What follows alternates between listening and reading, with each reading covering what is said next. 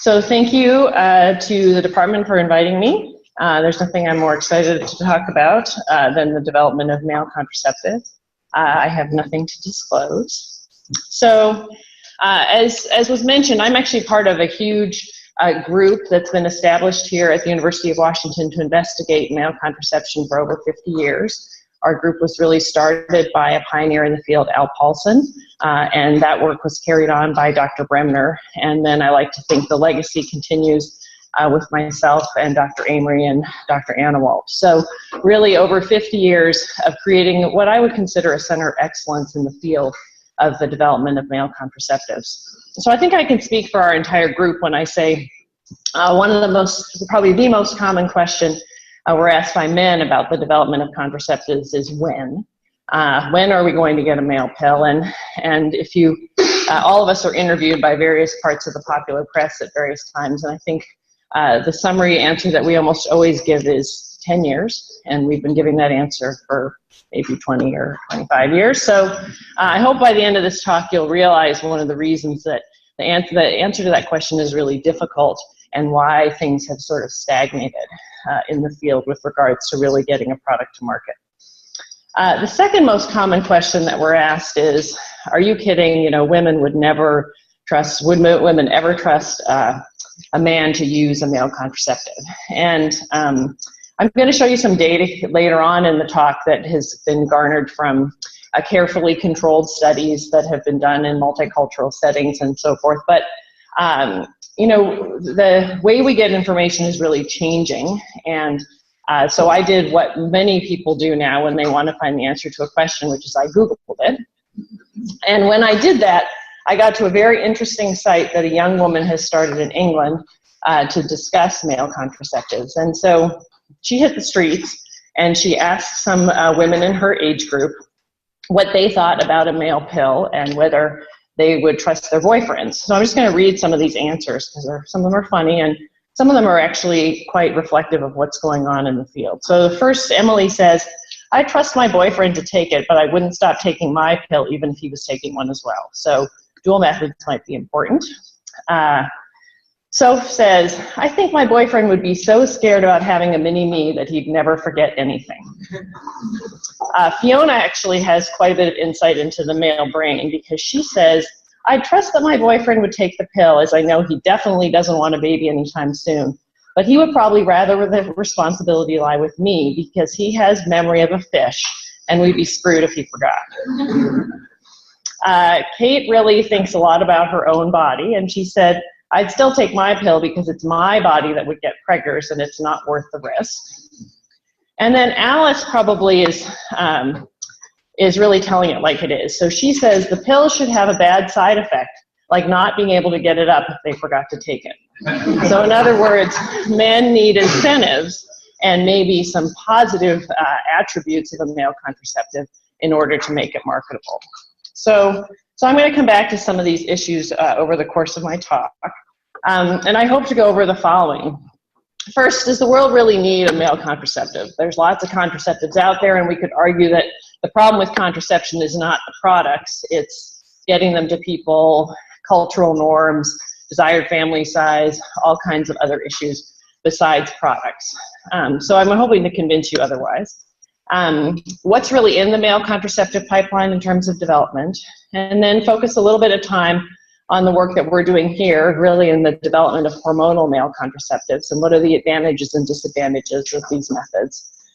Talk a little bit about non-hormonal approaches, and that's work here that, again, I'm going to focus on what's being done here, led by John Amory. And then finally, at the end, I want to talk a little bit about the interplay between contraceptives, behavior, and product demand, and how really, especially in our changing world and access to media, how those things actually potentially interact, and that it's hard to predict the future without knowing what the products are that are going to be available. So first and foremost, do we really need more contraceptives? And I would argue yes. So even if we look domestically, almost half of pregnancies are still unintended in the US, and that's despite, I think, what we could say is relatively reasonable access to contraceptives. There's a lot of political issues here still in the United States, but in general, people do have access to contraceptives, and despite that, there's about 50% of pregnancies are unintended. Of those unintended pregnancies, about 40% end in abortion. So that's more than 1 million abortions a year. Access to abortion is constantly changing, and certainly prevention of pregnancy is a more cost-effective, both emotionally and economically, than abortion. And then on a global level, I'd remind you that the impact of unintended pregnancy is actually greater in the less developed world than it is in the developed world. So per year, for a reproductive age woman per year, the unintended pregnancy rate in low and middle income countries is about 5.7. In Europe, they do a better job than here in the US, and it's about 4, and here it's still about 5%. So there's a lot of unintended pregnancy with a lot of emotional and economic impacts globally. So do contraceptives make a difference? So this is a graph that shows on the y-axis the fertility rate, and this is in low-income countries in India and Africa, into Asia and Africa. And then on the x-axis is time, and you can see that prior to the introduction of modern contraceptive methods, the fertility rates in these countries hovered in the 7s. And with the introduction of contraceptives, fertility rates have certainly declined differently in different parts of the world, but nonetheless in these countries, fertility rates are still very high, so higher than we can economically support and really environmentally support. Within Africa, them still hovering in the 5s, and in Asia in the 3s. And so again, I think this argues very strongly that there's still an unmet contraceptive need. And this has really been recognized by a number of governments as well as non-governmental organizations. And in 2012, the Family Planning 2020 Global Partnership was formed, really founded by the UN, but with buy-in from a lot of agencies, including the Gates Foundation and USAID. And really, this was a recognition of the fact that family planning is a key part of sustainable goals for the planet in terms of the environment, world peace, access to care, hunger, and as well as girls' educational needs and ability for gender equity. So really, family planning is a key component of sustainability goals for the planet, and there's a recognition that population growth really cannot continue at its current rates if we are going to attain a sustainable planet. So really, there's been a recognition that there's a global need for increases in family planning.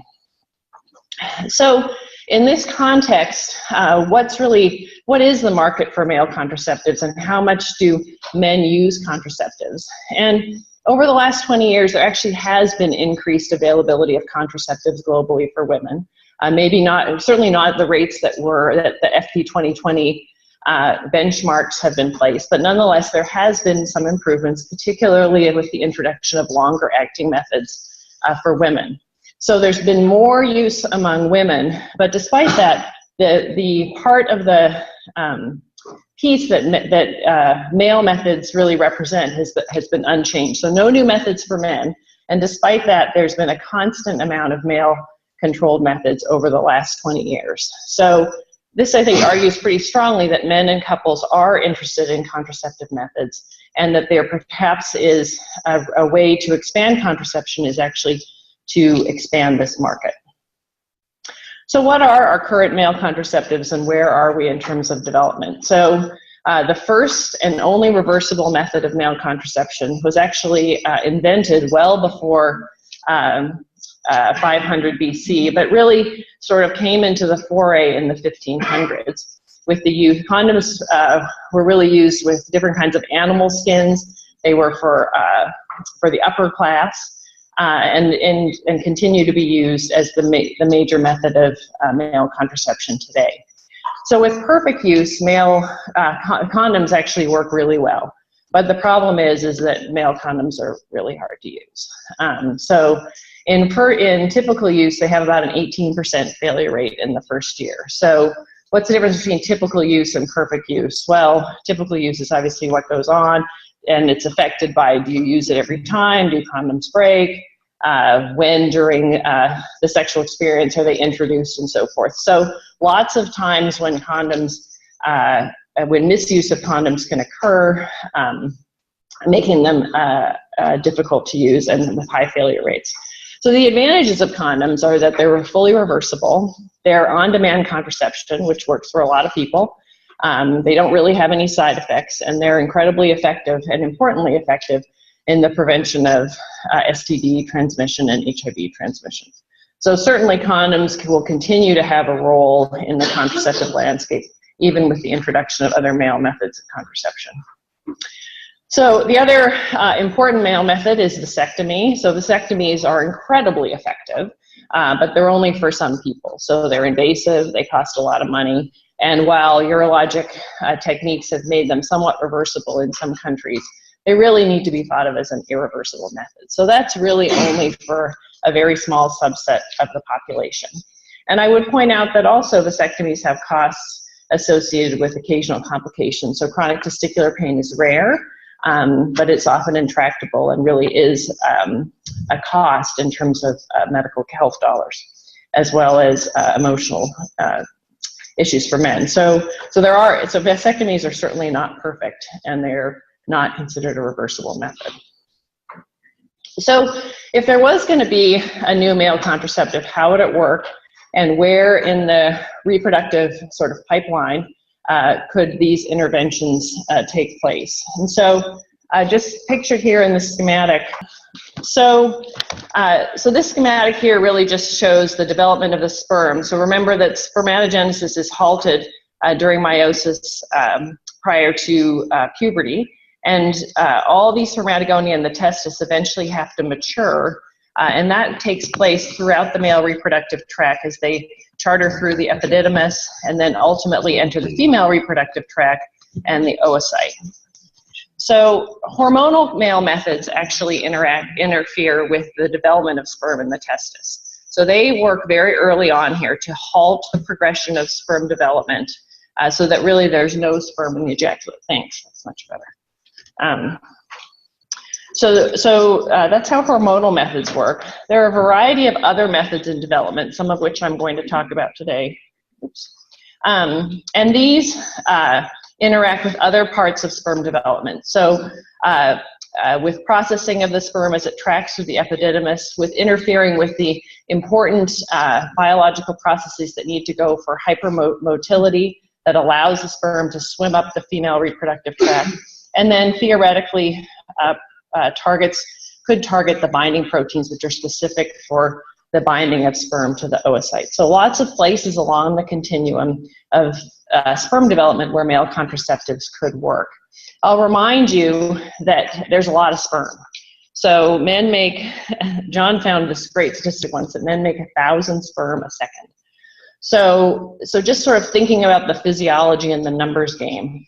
There's a lot of challenges in terms of thinking about how are we going to get every one of those sperm either not to develop, not to swim fast enough, or not to get to the egg, because even a few going through, few of those millions and millions could make the difference between an effective and an ineffective contraceptive. So there are some physiologic challenges to the development of these methods that are different than for women. So this schematic actually shows the pipeline of drugs that are in development as potential contraceptives. So here, this is the early preclinical phase all the way to the launch of products. And these have been divided between potential hormonal methods and non-hormonal methods.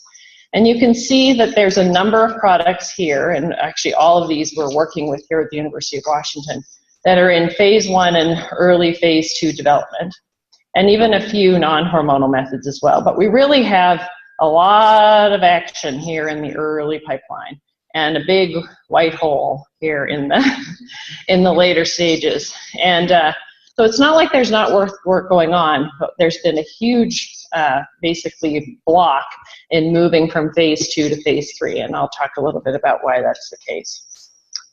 And I'll just remind you that the drug development pipeline for any drug is very, very prolonged. So this is actually the timeline for the development of Plan B. So this was actually a very fast timeline, and one of the reasons is because there's a lot of similar products already on the market. So lots of hormonal contraceptives for women, and even despite that, and despite a huge push from the NIH in particular to develop Plan B, getting from phase 1 through to approval was a 15-year process. So it takes a long time, no matter how fast you're working, to get these drugs through to the market, and a lot of investment, both from investigators, from the NIH or some other funder, and then ultimately a required partnership from pharmaceutical companies. So it takes a long time.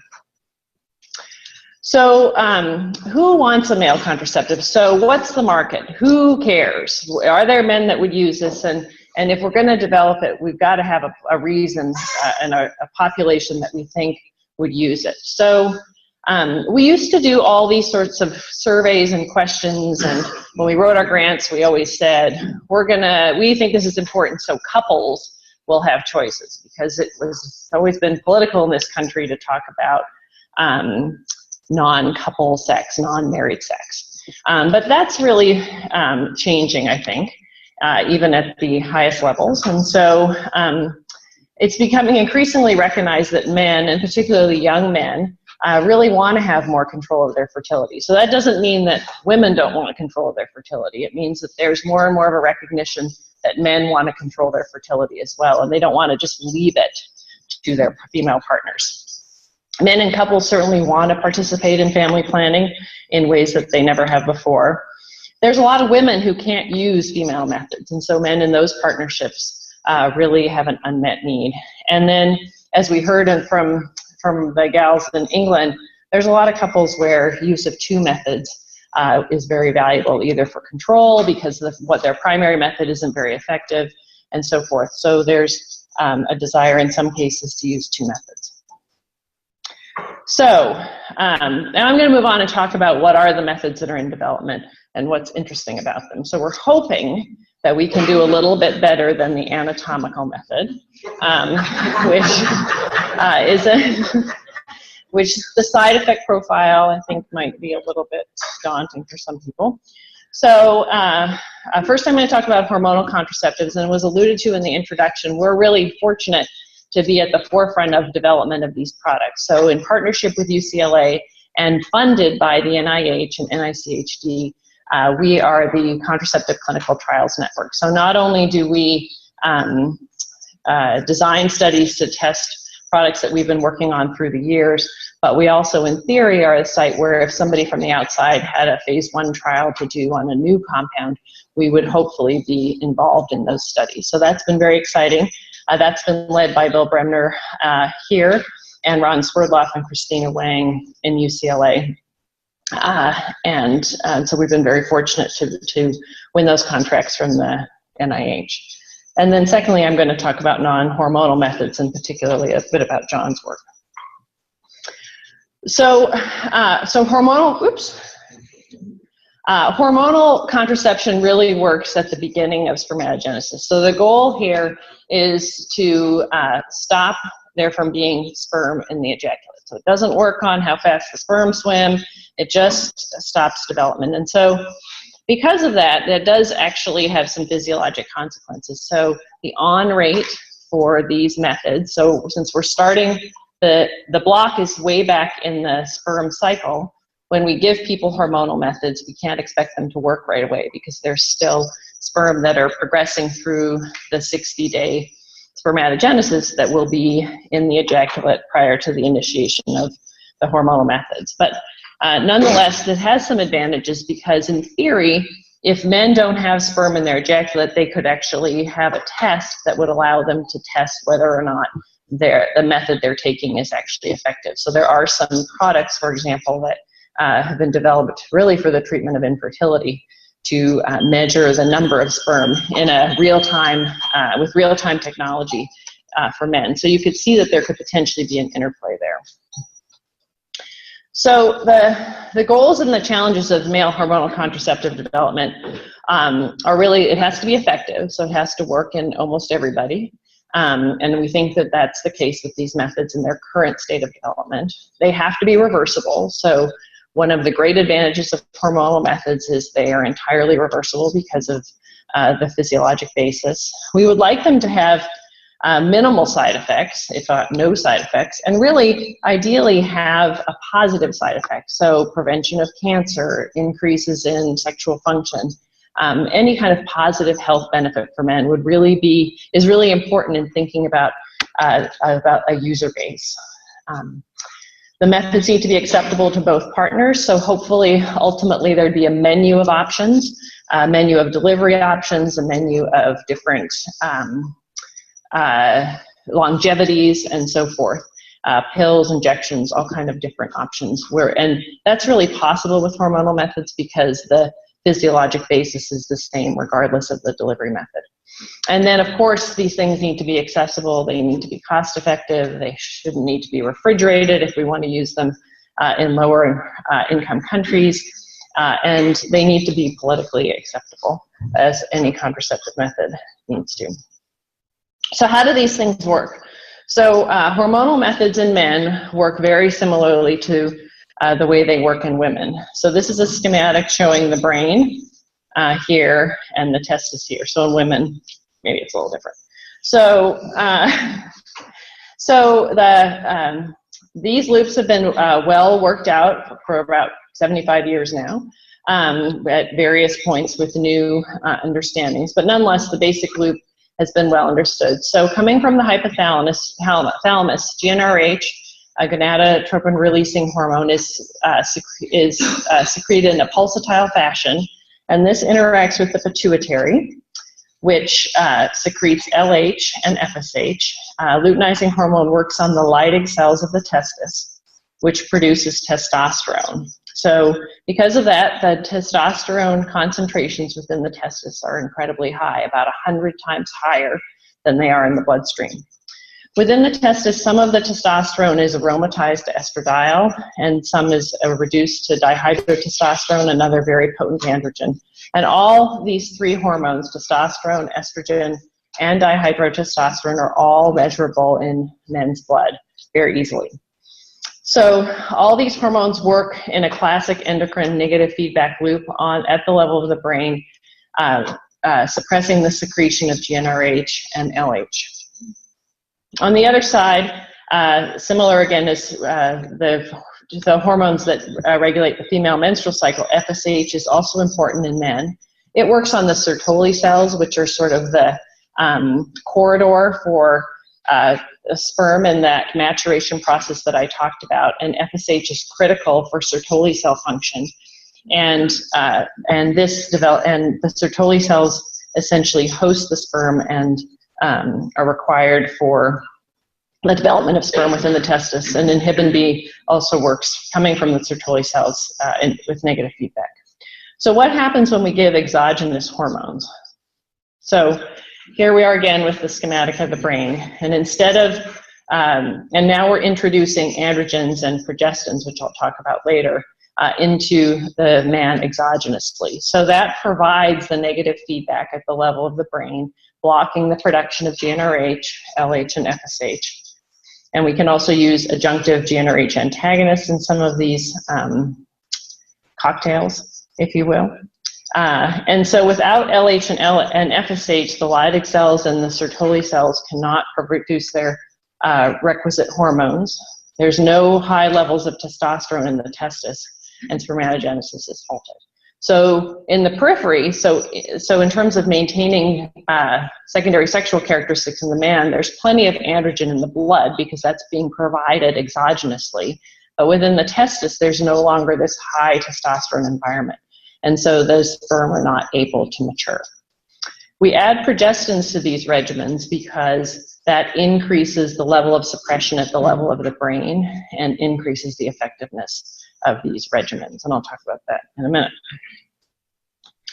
So there have been some seminal studies over the last 25 years proof of concept studies really, proving that giving exogenous androgens with or without a progestin actually is an effective contraceptive. So the first two trials were international trials that were sponsored by the WHO in the early 90s. And this is results from one of them. So I'm going to walk you through this slide. So in this study, about 400 couples used weekly testosterone injections in the man as ultimately as their only form of contraception, and they had otherwise unprotected intercourse for a year. They received doses of testosterone that are about 2 times the normal physiologic dose for a man. So normally we would give about 200 milligrams intramuscularly every 2 weeks to support normal testosterone levels in men. On the y-axis here, you see the pregnancy rate per 100 person years. And on the x-axis here is the sperm count in the ejaculate, sperm concentration in the ejaculate. And so azoospermia refers to 0, and then these are escalating amounts of sperm that were noted in the ejaculate. So in order to enter the phase of the trial where this was the only agent used for contraception, men did have to achieve a low sperm count, less than 5 million sperm per mil. So to put that in context, a normal sperm concentration for men is 15 to 200 million sperm per milliliter, and it varies among individuals, and it varies within an individual from day to day. So they had to know that the testosterone was doing the work of suppressing the production of sperm, and that's of course a safety consideration in a trial like this. So what the trial showed, and most importantly, was that this works. So overall, if men got to a sperm count concentration of less than 5 million per mil, which everybody did, the efficacy of this method was 95%, so it works. It was also noted that the better you suppress the lower the amount of sperm in the ejaculate, the more effective it was. So you can see the pregnancy rate is lower at this cutoff of less than 1 million per mil than it is if you use this higher cutoff. And how does that compare to the use of female contraceptives? Well, perfect use for the female pill, which perfect use, again, is very hard to execute in the real world, is about 0.3 pregnancies per 100 reproductive years, and typical use is 9. So you can see that if this method was used effectively and people got to a nice low sperm count, it works really well. And moreover, this cutoff, this study actually showed us that the cutoff for our trials should be trying to get men's sperm count to less than about 1 million per mil. So these were the first efficacy studies, again sponsored by the WHO. But as I noted before, the doses of testosterone that were required in these studies were very high. And so men did have side effects. So they didn't like weekly injections because they hurt. The higher doses of testosterone were associated with some weight gain and some lowering of HDL cholesterol, which is the good cholesterol, as well as acne, and some increases in libido, which some couples liked and some couples didn't like. So in order to reduce the dose of testosterone that was used in these regimens, progestins were introduced. So progesterone is a male hormone as well as a female hormone, and there's lots of different progestins out there that have been developed mostly for female contraception. They can be delivered in a variety of ways, orally, IM, implants, all kinds of different ways, and each of them have various levels of different side effects, different androgenicity, and so forth. In addition, during the last 20 years, there's been a lot of work on different ways of delivering testosterone. So the different testosterone delivery methods, long-acting injections, short-acting injections, pellets, implants, transdermal gels, have been combined with various progestins in a number of trials. And really, to summarize a great body of work, it's really been proven that if you give men physiologic amounts of testosterone and a progestin, these methods are 85 to 95% effective. So in men who suppress their sperm counts to these threshold levels, these methods are incredibly effective. And that occurs in about 95% of men. So this allows the reduction of the dose of testosterone and the reduction in side effects.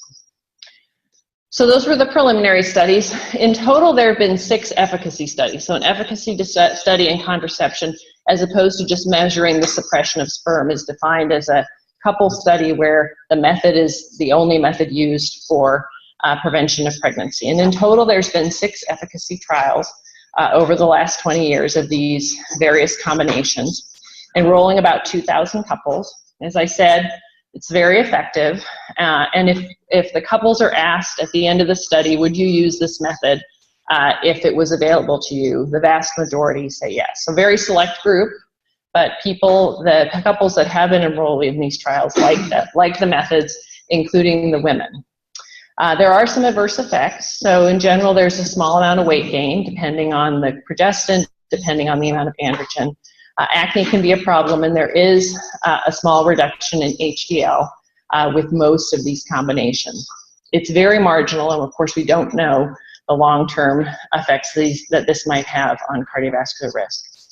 You may have heard there was some news about a year ago about the last male contraceptive efficacy trial that was done, which was halted prematurely. Trial sponsored by a combination of the WHO, Conrad, and a pharmaceutical company. The DSMB actually met and did not halt the trial, but there was an internal review at the WHO to stop the trial. And that was based on a number of reports of mood disturbances and changes in sexual function, actually increased libido mostly. There were 2 suicides during the trial, and so there was a concern that there might be mood effects that were contributing to those suicides. So that trial was stopped, and I think the field has really had to think long and hard about how are we going to measure mood effects with these compounds. What does it really mean? There was no suggestion from review that no proof, and certainly no. There were other mitigating circumstances in those suicides, so it was unclear about the relatedness to the trial. But nonetheless, the trial was stopped. So if we ask men if they were going to take a male contraceptive, a hypothetical contraceptive, what would they want? Overwhelmingly, the most popular method is a daily pill. Again, this is theoretical. This is not men taking a pill every day, so it might be different if they were doing it. Just throwing that out there. And then longer acting injections, either really long acting injections or injections similar to Depo-Provera type schedules of every 3 months are also preferred in a hypothetical survey. So let's talk about the male pill. So why don't we have a male pill? So as you all may know, taking oral testosterone, so again, these hormonal regimens rely on taking exogenous testosterone. So methyl testosterone has been around for decades, but it's associated with hepatotoxicity, so not a good choice for a contraceptive. There is another oral testosterone that is on the market in Europe, oral testosterone undecanoate, so it has a long fatty acid that helps absorption, but that has to be dosed 2 or 3 times a day. So you can say what you want about men and fish and brains and stuff, but 2 to 3 times a day is not really going to work. And furthermore, when you add these long-chain fatty acids to increase absorption, that means that the pill needs to be taken with food and with fatty food for that sort of absorption to reach levels that are efficacious, and that could be problematic. And really, just working on the testosterone end isn't sufficient because we also, as I alluded to, need a progestin for really adequate sperm suppression. So this is just showing you a bit of the pharmacokinetics of oral testosterone dosing when it's done twice a day. So this is the normal physiologic range for testosterone concentration. So on the y-axis is the concentration of testosterone in the blood, and on the x-axis is time in hours after dosing. And you can see that the formulation that's on the market in Europe, while it gets testosterone into the normal range, it really doesn't look anything like a normal physiologic circadian rhythm for testosterone, which would be to have levels increase nadir in the morning and then be rather steady state throughout the rest of the day. So again, even if men could remember to take a drug twice a day for contraception, this doesn't really look like normal physiology. So there's been a lot of work in developing novel androgens that can be delivered orally, and the goal has been to combine both an androgenic and progestogenic activity into one molecule. We would like such a compound to be deliverable both orally or potentially as a long-acting injection, and really to have minimal side effects. And so we've been working with the contraceptive development branch at NIH and through the Contraceptive Clinical Trials Network to develop these compounds. So there's a lot of promise in the compound I'm going to describe now, dimethandrolone undecanoate, and we really actually think this could be a single agent male pill. So these modified androgens are derivatives of 19-nortestosterone with some mild modifications, particularly the addition of a 7-alpha methyl group, which should make them non-prostatic in terms of their effects. That's a talk for another day. And then addition of this long chain fatty acid here, similar to testosterone undecanoate, to increase absorption. So the modified 19-norandrogen has both androgenic and progestogenic activity in vivo, and I'll show you a little bit of that. The undecanoate moiety is cleaved in vivo, so the active compound is actually dimethandrolone, which we abbreviate here as DMA. And in all the preclinical models, the addition of the 7-alpha is critical, as well as another modification at the 11-beta position to reduce hepatic toxicity. So when this is given to animals orally in very high doses, absolutely no hepatic effects. And so we've been fortunate enough to move this into phase 1 and actually now phase 2 trials here at the University of Washington. This is just the preclinical data to demonstrate the progestogenic activity. So this is a rabbit assay where they look at endometrial arborization, and the negative control here is placebo. And you can see when you give the bunnies progestin, they have really an increase in the endometrial lining. And similarly, in vivo, dimethandrolone can support endometrial arborization. So this is a standard FDA test to show progesterone activity. So what happens in terms of fertility when we give this to the bunnies? So this is actually a pretty fun preclinical study that was done by Barbara Tardy's group. So I'm just going to walk you through this. On the y-axis is the sperm concentration.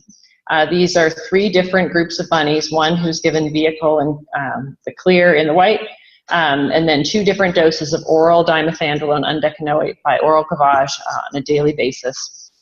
They're given it for 12 weeks, and they measure sperm concentration every 2 weeks. And you can see with giving the dimethandrolone, there's a decrement in their sperm production over the 12-week period. So then at 12 weeks, they did a mating trial, and only the vehicle group and one of the animals in the high dose group actually had a successful pregnancy. So that shows the contraceptive efficacy in the rabbits. And then they did a return to fertility study. So they took the drug away, and they measured the sperm count, which you can see goes up over the subsequent weeks. And then they did another mating trial at the end, and they didn't just get 1 bunny. They got lots of money. So this is a proof of concept preclinical study showing that oral dimethandrolone given daily works as a male contraceptive in rabbits. So that's good. So what happens if you give it to people? So we started off with the usual safety dose escalations. It was the first time ever this compound has been given to men, so we recruited healthy men. And the primary endpoint of any phase 1 study is safety. But we actually were surprised and pleased that there was some efficacy shown, which was really not predicted, with just 1 single dose of oral dimethandrolone undecanoate given to men. So just to walk you through this, these are escalating single doses of dimethandrolone given to groups of men. We gave it to them either with food or fasting. And this is placebo. On the top panel here is LH. So when we give an exogenous androgen or progestin, we would hope for suppression of gonadotropins, and subsequently, and resulting from suppression of LH, also suppression of testosterone production. So you can see in the placebo group, nothing happens. Their LH over a 24-hour period in each panel. Nothing happens, and nothing happens to their testosterone except for the usual circadian rhythm. So when we give escalating doses of dimethandrolone, you can see if we give it with food, there's actually a decrement in LH that was statistically significant at 12 hours with dimethandrolone, and this was also reflected in the decrease in testosterone concentration. So even with a single dose, there was some suggestion that dimethandrolone and decanoate could suppress the gonadal excess in men. So that was pretty exciting. We went on to do a second phase of phase 1 to try and optimize the delivery, to try and minimize the food effect, and see if we could get longer 24-hour PK, meaning that wouldn't it be nice if we were giving the drug every day, that there was drug left at the end of the day. So we had started off with a powder formulation. This is actually, now I'm showing you the concentration of the drug, dimethandrolone, in the serum. And again, over 24 hours of sampling in these healthy men. And you can see that we fiddled around with different formulations, and we ended up going with this formulation of dimethandrolone, undecanoate, and castor oil, which is similar to what's done with testosterone undecanoate with some marginal changes. And you can see that the drug is lasting in these healthy men over 24 hours. So unfortunately, I can't show you the data because then I'd have to, and we couldn't develop it. But we actually have now completed a 28-day study, which has been really exciting. So here and at UCL with over 80 men using 2 different doses of dimethandrolone.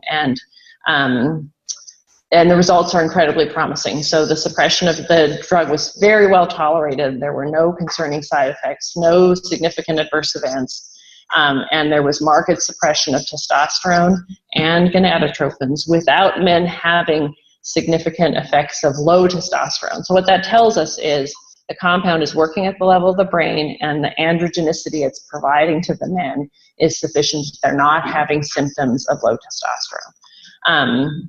Since it was only a month, we couldn't really see a decrement in sperm production, but we're going to be moving this forward now into a 4-month study, which is theoretically phase 2. So that'll be going on here and at UCLA over the next, starting in about 4 months. So what about the male pill? So I hope I've convinced you that male hormonal methods can be effective. The pill is challenging, but is desirable by probably some demographics of men. And that really we think that it's very promising to combine both agents into one compound, both for ease of delivery and really for understanding side effects as we go through clinical development. So I think that we can really say that the male pill is actually making some significant progress over the last few years, and that's quite exciting. So other hormonal methods that are actually in ongoing development here at the University of Washington, we actually have a study that I'm going to show you the data for, or show you the design for in a minute, of a daily topical gel. So it's a combination gel of a progestin and testosterone. So as you may know, testosterone transdermal gels are a large part of the market for testosterone replacement here in the US.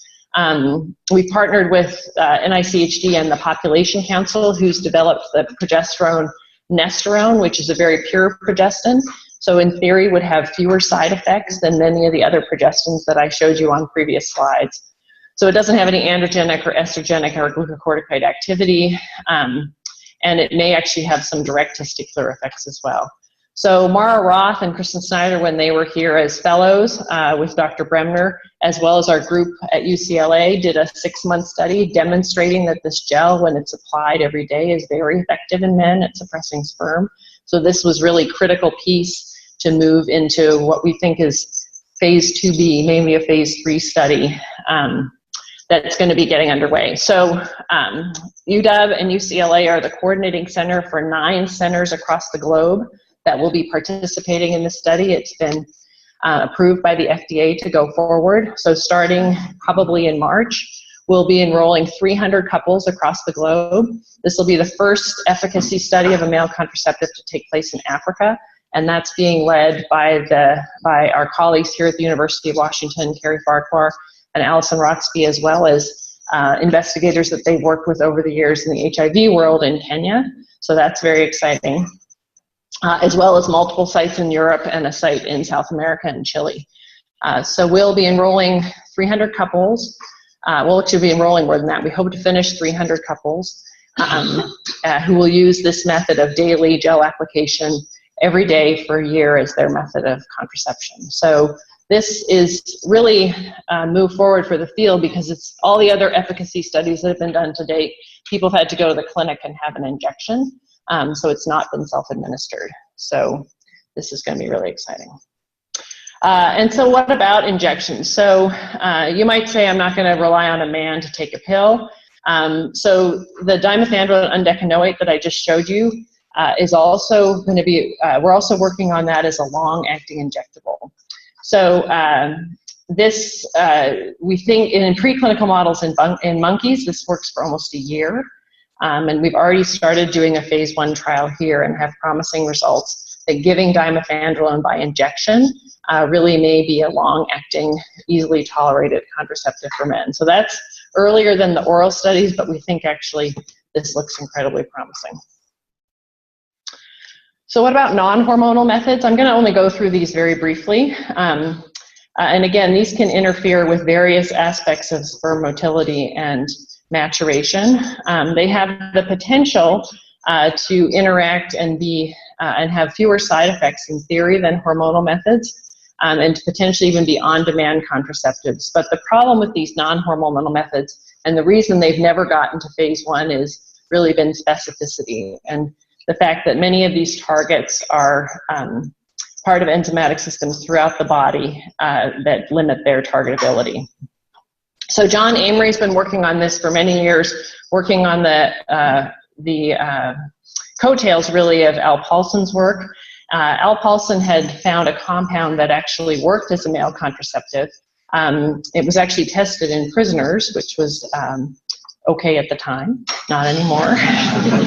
And what they noted was that the prisoners, they did fine, they suppressed their sperm, but when somehow they got a hold of alcohol in the prison, they had these disulfram reactions. So they had a reaction where they, just like you would have with anabuse, of projected vomiting and so forth. And so John has really tried to work with this compound, WIN18446, and figure out its mechanism of action, which appears to be interfering with the maturation of sperm by interacting with critical components of the retinoic acid pathway within the testis. And what he's trying to do is dissociate the activities of the WIN18446 so that he can get rid of the disulfram reaction and preserve the contraceptive action of the compound. This has proven to be quite tricky, but I can tell you that the NIH is incredibly excited about John's work, as are all of us, and the possibility of this really being the first non-hormonal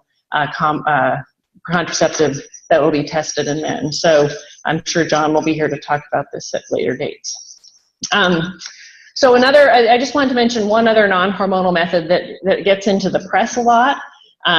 It's called RICEG. It's in theory in phase 3 trials in India.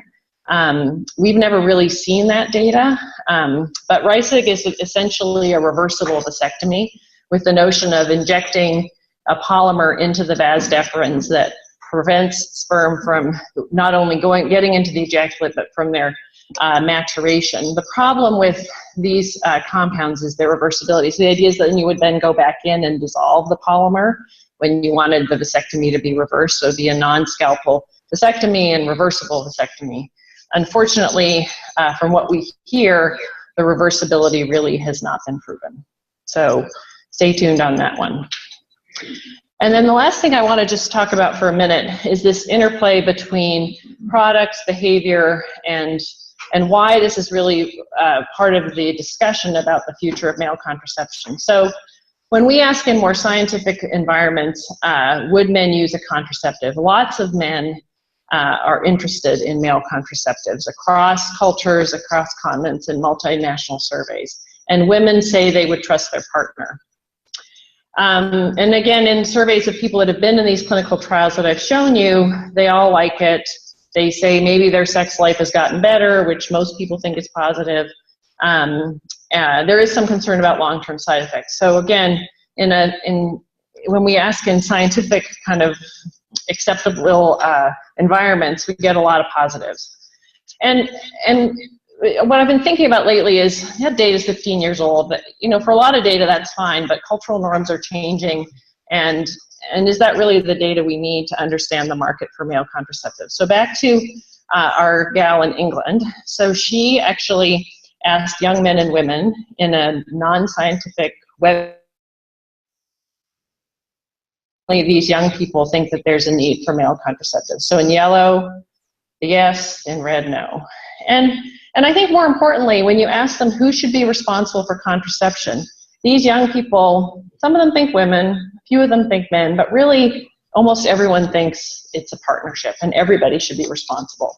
So I think that's really changed over the years. These depends on the situation. I don't really know what that's about.